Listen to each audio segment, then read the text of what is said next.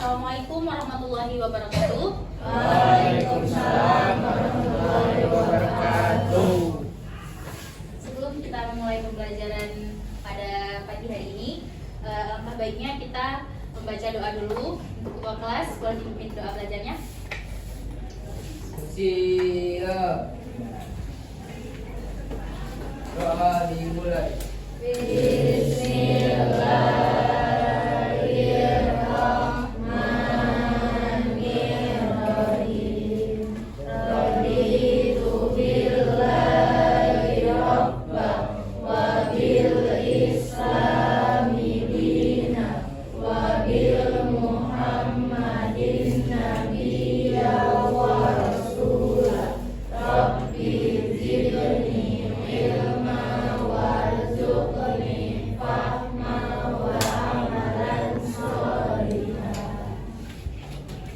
Pembelajaran pada pagi hari ini, alangkah baiknya kita melakukan ice breathing, oke?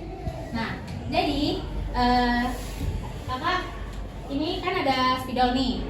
Nanti kita akan nyanyikan lagu Balonku Ada 5. Nah, kalau nanti udah di akhir lagunya meletus, jadi nanti dioper terus ya, oke?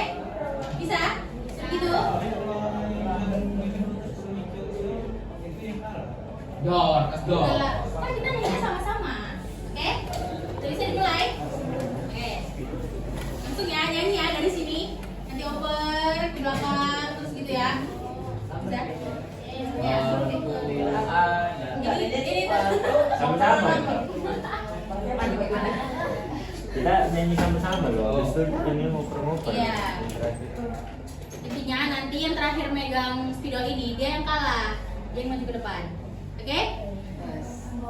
Kita mulai ya. Nyanyi sama-sama, oke? 1, 2, 3. Balonku ada 5, rupa-rupa warnanya, hijau, kuning, kelabu, merah muda dan biru.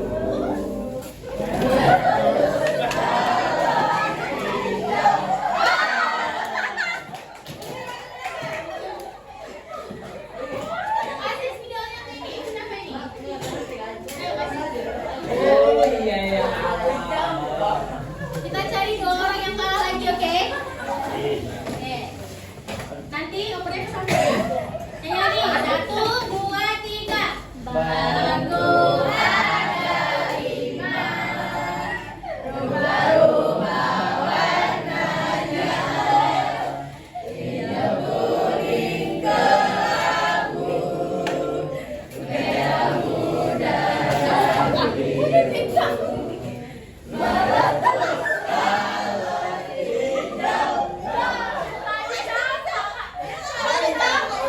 Ya udah, orang ini masa lama kali kak megangnya.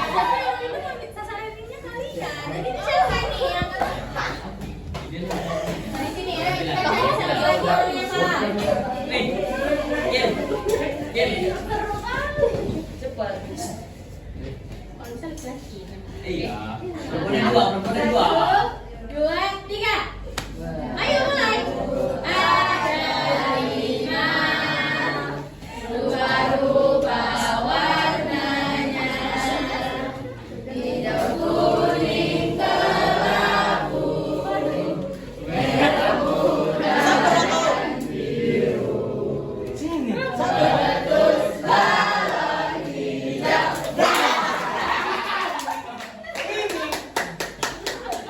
Nama dikasihnya. Udah, maju aja. Ayo, maju. Gimana tuh? Ayo, nggak apa-apa, maju aja. Udahlah. Aja kita tadi. Ya, nggak usah mana-mana udah. Jadi, ini kan 3 orang nih yang kalah nih. Karena bagus tadi. Nah, kita joget deh apa? Oh, nyanyi aja. Nyanyi lagu Balonku Ada 5, tapi pakai vokal O. Ya. Oh.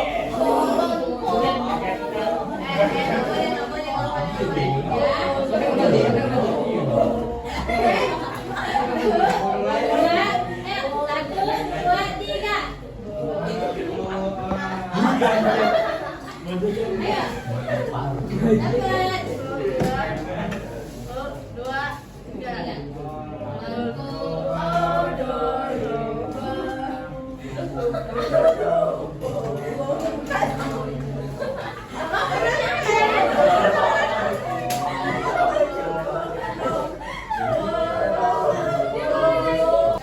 Aku beri aplaus ke orang ini.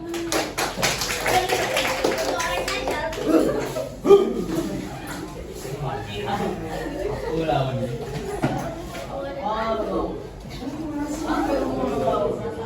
Jadi peran ulama penyebar ajaran Islam di Indonesia.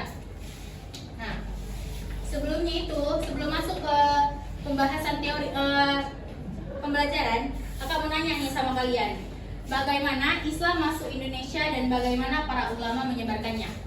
Ada yang tahu? Aska mungkin? Dari perdagangan kak. Selain dari perdagangan?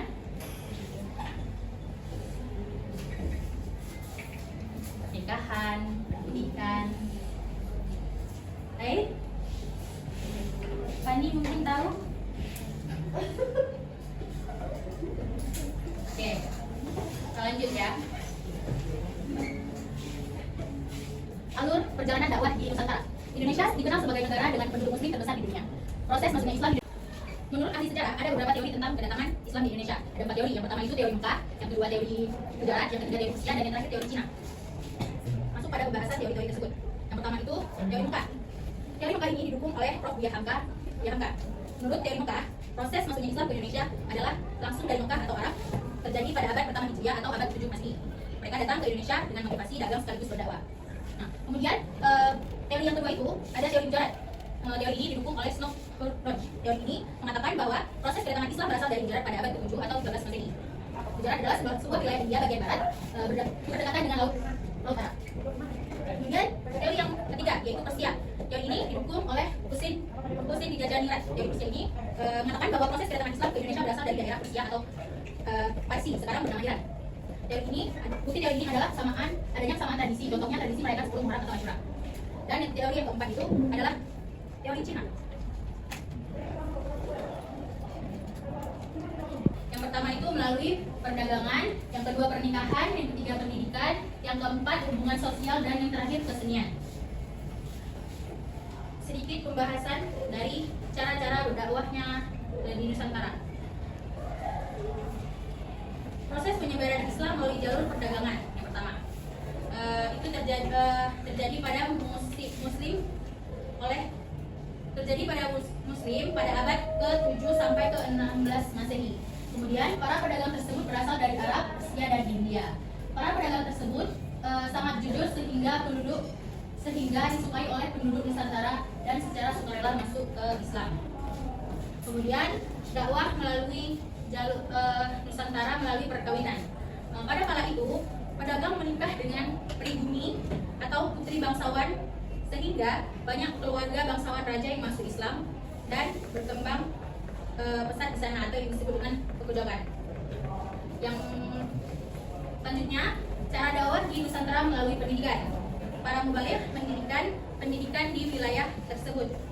Selama pendidikan mereka tinggal di asrama, kemudian menyelesaikan pendidikan lalu kembali ke kampung masing-masing untuk menyebarkan Islam ke Indonesia, menyebarkan Islam pada tempatnya masing-masing. Dan yang terakhir, cara dakwah Nusantara melalui hubungan sosial.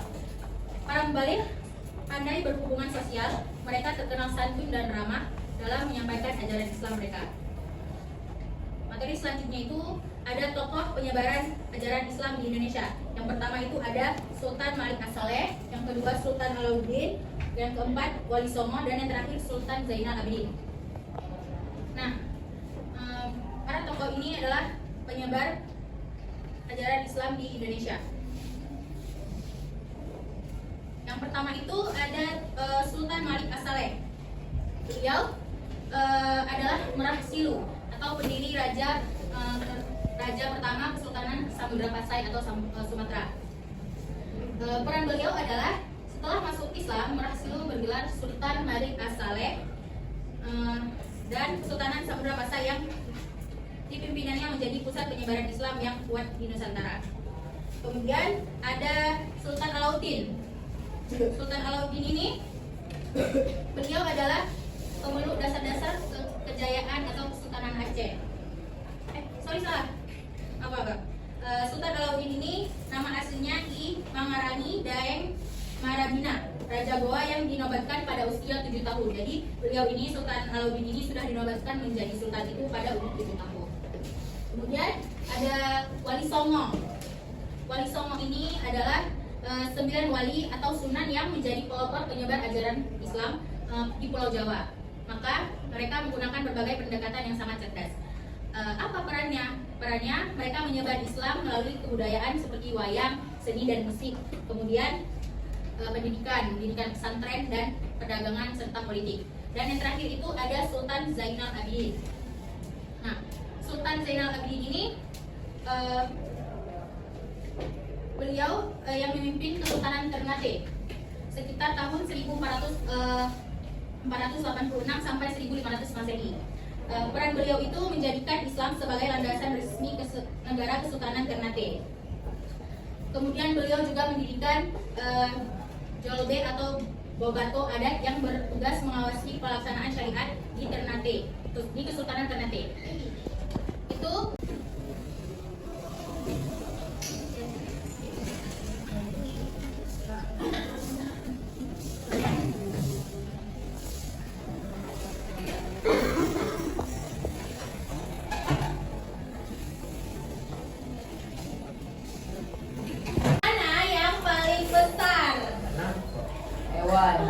gagak, ayam, jangkrik, angsa, hamster. Itu gajah. Gajah.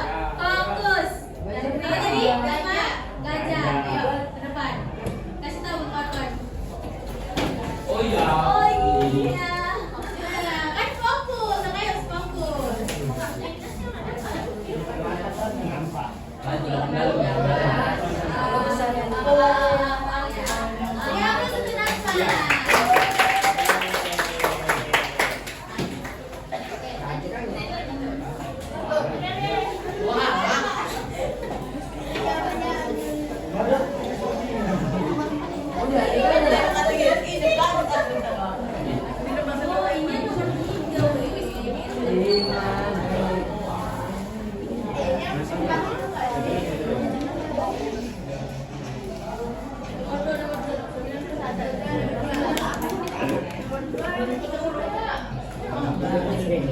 Sunan Kudus, Sunan Giri, Sunan Ampel, Sunan Muarajilahir, Sunan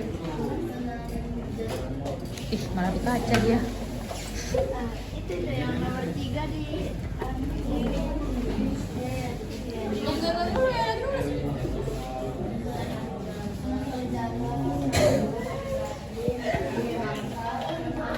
Ganteng kali Ahmad di sini. Rek. Coba sih, coba sih.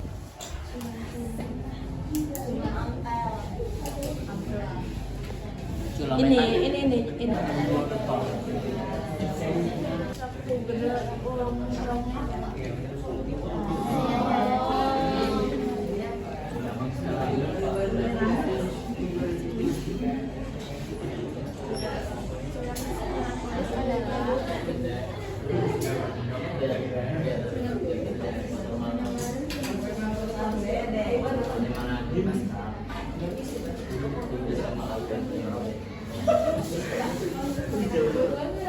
Jadi kesimpulan yang dapat kita ambil dari pembelajaran kita pada hari ini adalah Islam masuk ke Indonesia melalui berbagai jalur seperti perdagangan, perkawinan, pendidikan, hubungan sosial dan politik. Namun kemudian ada 4 teori asal kedatangan Islam, yaitu teori Gujarat, Persia, teori Mekah, dan terakhir teori Cina.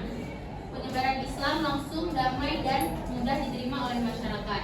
Kemudian tokoh-tokoh seperti Sultan Malik As-Saleh dan Wali Songo berperan besar dalam dakwah dengan keteladanan seperti kesederhanaan, kesabaran, dan kegiatan. Mungkin itu saja yang dapat kakak sampaikan. Semoga materinya dapat diterima oleh kalian. Dan kita tutup pembelajaran kita pada hari ini dengan membaca doa kafaratul majelis. Subhanakallahumma wa bihamdika asyhadu an la ilaha illa anta astaghfiruka wa atubu ilaik. Assalamualaikum.